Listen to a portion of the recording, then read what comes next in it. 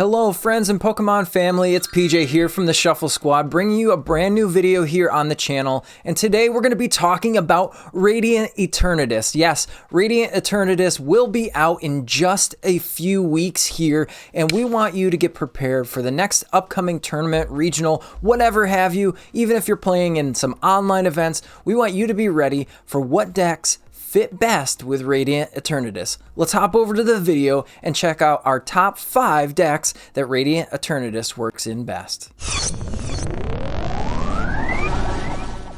Alright, we're taking a look at the card now. So Radiant Eternatus here with 170 hit points. It is a Radiant Pokemon, so you can only have one in your entire deck. But the magical thing about this card here is that Radiant Eternatus has the ability that states when you play this card from your hand onto your bench, you may use the ability, and if you do, it ends your turn. But wait, pump the brakes a little bit. You get to search the deck for up to 2 VMAX Pokemon and put them on your bench. So yes, the turn does end, but you get 2 VMAX Pokemon in play right away without evolving from the V. That is absolutely broken. I cannot wait to see the combinations that people come up with, the great deck builders that will use this card. Mind you, you can use Scoop Up Net with this card too, so you can actually use it turn after turn if you wanted to do that. But Radiant Eternatus is so cool, and these are the decks we think are going to utilize them the most. Alright, let's start here with number 5, and this is Kyurem VMAX with Palkia V-Star.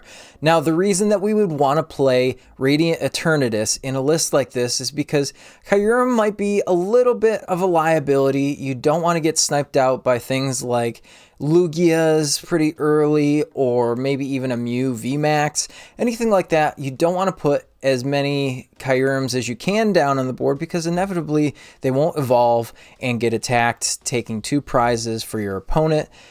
If you were to play a Radiant Eternatus in this deck, instead of maybe 2 of the Vs, you can get the VMAX out, which has that higher hit point range to hit for the 1-hit knockout. Now, you're asking, what can we replace those 2 cards with? We could put a 4th Irida in a list like this.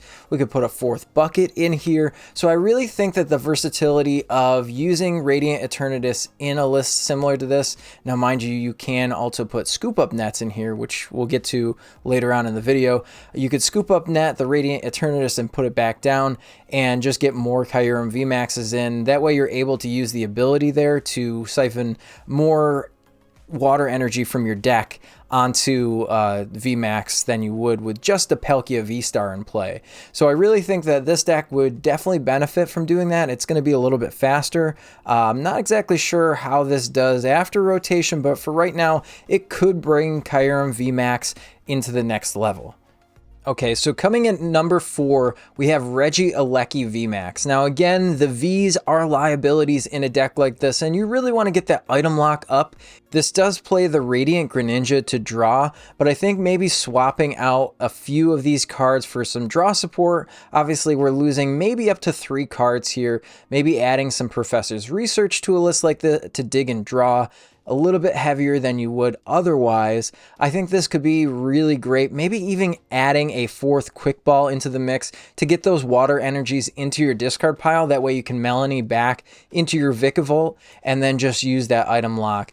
Now, if you played Radiant Eternatus, you can get your Regieleki VMAX into play, doing that extra damage for not only your Vikavolt, but also your Raikou V. So I really think the versatility here is going to be something that brings this deck to the next level. Just placing more damage in play could be what takes this deck from a tier 2 to maybe even a tier 1, because, you know, our Lugia V-Star decks out there have that lightning weakness. So I really think that using it in a deck like this that needs that VMAX, which also has free retreat, by the way, is going to be a little bit better than just having the regular Vs and maybe the Radiant Greninja. Our good friend Arceus comes back into play here with the Arc Pika build. Now, swapping into the Radiant Gardevoir in this list, we can put the Radiant Eternatus in its place and so easily get our Pikachu VMAXs out, our Crobat VMAXs out for our Mew matchups, or anything that is weak to dark. We're talking about you, Mewtwo V Union, which I do think we'll see a little bit of a comeback here. But Both of these VMAXs in this deck are so great. We can even pair something like maybe a fighting with a grass weakness type of VMAX into this list, possibly, if we're taking out some of the Vs. Now, we don't really want to remove the Crobat V from a list like this because it does pose as an extra draw support, and anybody that's played Arc Peak knows that you definitely need some draw support. But what we could do here is we could take out maybe a Pikachu V and put in another draw supporter, maybe that 4th Marnie, so you can path people a little bit easier late game.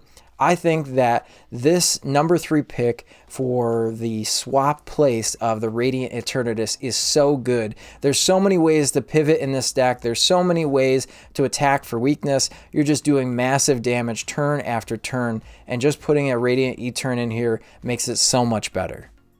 Okay, I know what you're about to say. Shadow Rider, what format are we playing in here, PJ? But hear me out. With the rise of all of these psychic-based Pokemon like the Espeon VMAX here to counter the Lost Box, to counter all of those amazing rare Eviltals that are out there, you want to see more Shadow Rider. I know I personally want to see more Shadow Rider. I think the deck gets even better into the rotation, and you can quote me on that here, but I think that swapping out the Radiant Gardevoir in this list for a Radiant Eternatus, putting your Shadow Riders in place so much early, gathering those cards to build that bigger draw support engine around something like this, and maybe even putting the Espeon VMAX into play here in a deck build like this, I think is so good. You have the skate park where you can put the cards back in your hand, draw support some more. You could swap out the Radiant Gardevoir so easily into this list. It's a no-brainer here that you'd love to see something like this happen. I don't even know if you'd necessarily need the Arceus engine in a deck like this, maybe even adding more Shadow Riders to it. Maybe some more draw support to get you into those cards that you necessarily need, or some more stadium counts, maybe even your own Roxanne path if we have to. So I think that looking at Shadow Rider a little bit deeper into the newer format, putting Radiant Eternatus into this list is going to be more consistent, and that's what you need to build a deck. You need more consistency in a deck, and this definitely has consistency written all over it. So this is my number 2 pick for top 5 decks for Radiant Etern.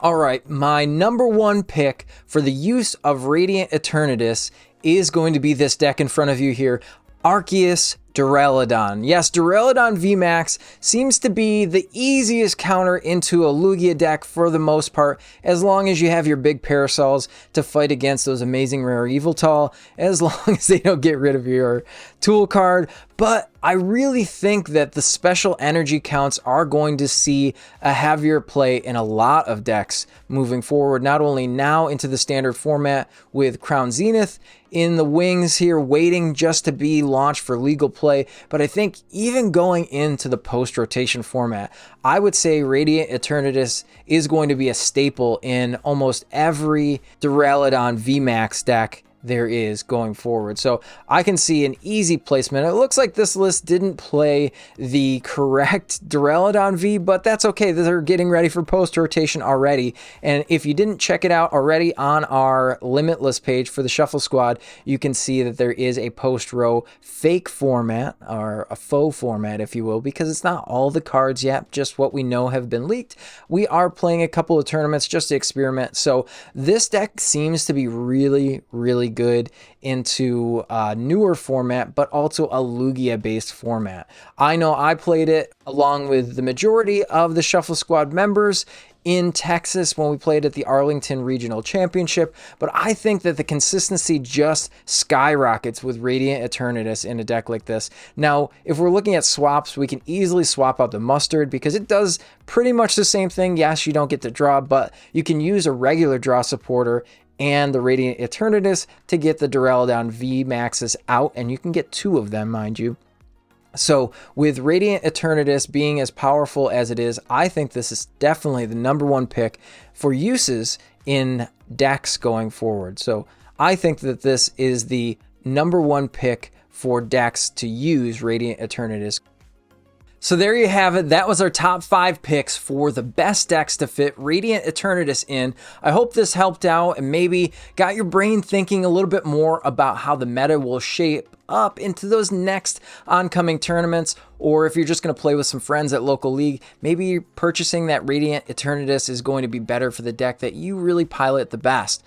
Either way, let us know down in the comments or hop on over to our Patreon page and let us know. As always, leave a like and hit the subscribe button if you want to check out more Shuffle Squad videos in the future. We're going to hop right over to our sponsors and promo codes, so don't miss out on that as well. We'll catch you next time here on the Shuffle Squad. The Shuffle Squad is proudly sponsored by Atlas Collectibles, the best place to buy any trading card game product online. Visit atlastcg.com and at the checkout screen, make sure to use code TSS12 to save an unbeatable 12% off your entire order. Atlas Collectibles will ship your product anywhere in the world, so make sure you're taking advantage of the 12% savings with TSS12. And if Pokemon is not your thing, don't worry. Go to atlastcg.com and see all the other amazing trading card game products they have there to offer. The Shuffle Squad is partnered with PTCGO Store to provide our community with the best access to Pokemon TCG codes. They have codes available 24/7, instant email delivery, and you can save 5% off by using code TSS5. If you're a YouTube member or Patreon supporter, you'll have access to a special code that gets you 10% off. So what are you waiting for? Use code TSS5 today and save 5% on your next order of codes on any codes available at PTCGOstore.com. PokeX Word, the best place to get your fill of Pokemon-inspired puzzles. New puzzles are posted every day, and they recently launched a new Guess That Pokemon puzzle, which is a ton of fun to play. Go check them out at PokeXWord.com and be sure to follow them on Twitter for your chance to win a ton of PTCGO codes every month. Check out the Late Night Series Season 6, brought to you by myself, Zach Lesage, and the Shuffle Squad. We're going to be running a bunch of sick events for the Pokemon community, and they start on August 30th. So one thing you might be noticing here is that there's an EU time and an NA time. We have one at 12 p.m. Eastern, which works out to about 5 p.m. in London. And then we have one at 7 p.m. Eastern, which should help out a lot of players on the West Coast play in this event. That being said, we still have a lot of cool things going on. Expect similar prizing that we've had for other Late Night Series events.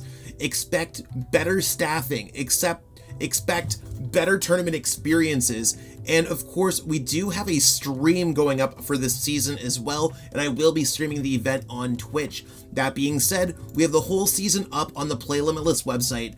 Late Night 51 all the way through 70 runs until we hit the Invitational on November 5th. So check that out, sign up today, and support Zach Lesage Events and the Shuffle Squad.